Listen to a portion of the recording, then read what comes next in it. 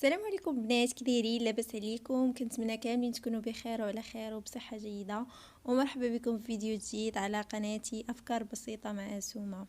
اليوم غادي نوجد معكم كيك اللي كيجي سهل واقتصادي بمذاق ديال البرتقال. ما كتحتاجي فيه لا عصير ديال البرتقال لا والو، وبهاد المكونات اللي بساط غادي يجيك احسن كيك. كيجي عالي منفوخ، اسفنجي، والمذاق رائع. وكيف ما قلت لكم اقتصادي، وغادي استق معكم من التجربه الاولى. وكما قلت لكم ما غاديش نحتاج العصير ديال البرتقال فقط، تقدروا تستعملوا القشور ديال البرتقال. انا هنا كنت استعملت النكهه ديال البرتقال. ونبداو المكونات على بركه الله.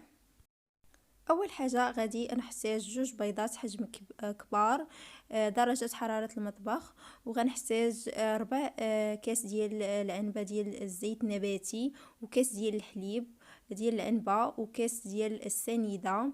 والدقيق نحتاج جوج كيسان.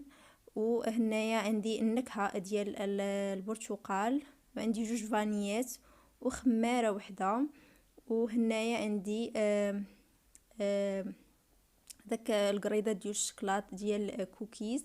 وعندي هنايا كان عندي الشكلاط قطع كبار قطعته كيف ما كتشوفوا في هذا الشكل. على هذا الشكل كتقدروا تلقاوه في الدي.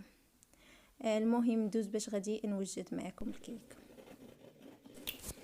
اول حاجه غادي نضيف جوج بيضات، ومن بعد غادي نضيف عليهم الكاس ديال السنيده.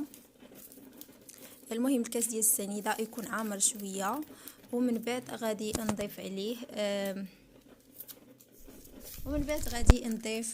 جوج ساشيات ديال الفاني. وغادي نطرب المكونات مزيان.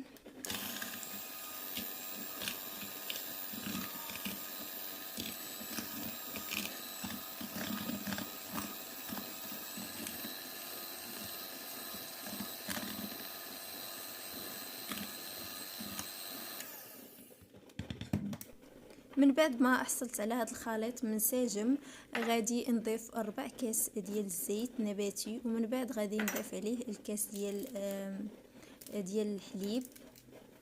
وهنايا ضفت عليهم النكهه ديال البرتقال. بالنسبه للنكهه ديال البرتقال هنايا كتقدروا توجدوها في الدي او ليدو.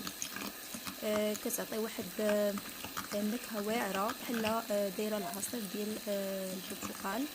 وهنا غادي نطرب مزيان المكونات حتى ينسجم ليا الخليط.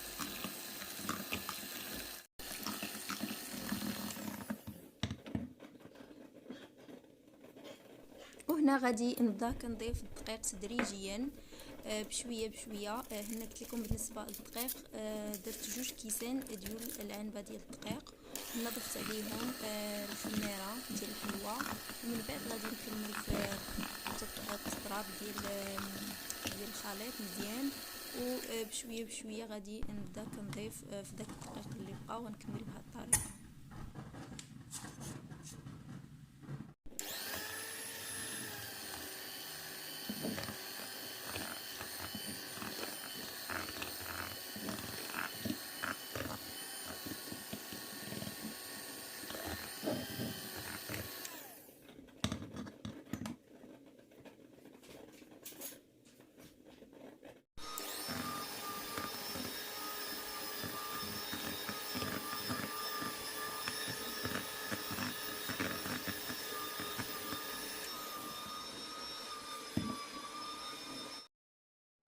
وهنا كيف ما كتشوفوا من بعد ما حصلت على خليط منسجم، وكيف ما كتشوفوا في الفيديو غادي نوجد المول اللي غادي ندير فيه هذا الكيك.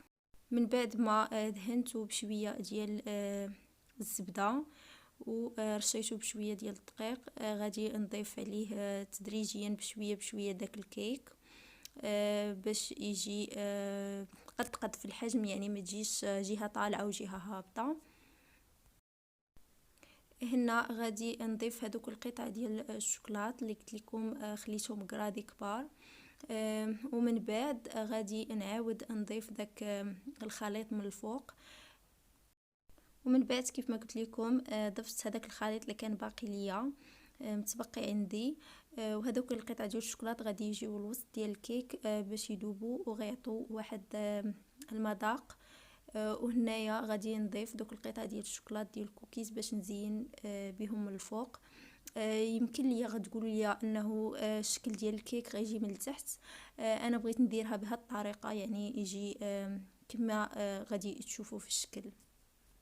هنا شعلت عليها الفران ودخلتها تقريبا درجه الحراره خاصها تكون 180 درجه، وكتاخذ لك نص ساعه في الطياب. وهو كان هذا هو الشكل ديال الكيك. كيف ما كتشوفوا كيجي رائع، كتجي عاليه اسفنجيه، والمذاق رائع، وكتحمر لك وجهك مع الضياف. المهم هنايا غادي نخليها حتى تبرد شويه، ومن بعد غادي نزينها تزيين يعني عادي، ماشي شي حاجه اللي مكلفه، شي حاجه اللي بسيطه. هنا غادي نزينها بالمربى ديال المشماش، كيجي واحد المذاق زوين، وفي نفس الوقت حتى كتحسي بها بحال تسقات وكتجي رطبه وشيشه. وكان هذا هو الكيك ديال اليوم، سهل واقتصادي. كنتمنى فيديو اليوم ينال اعجابكم، وما تنساوش دعمي بلايك واشتراك وفعلوا الجرس باش يوصلكم كل جديد، ونتلاقاو في الفيديو الجاي ان شاء الله. مع السلامه.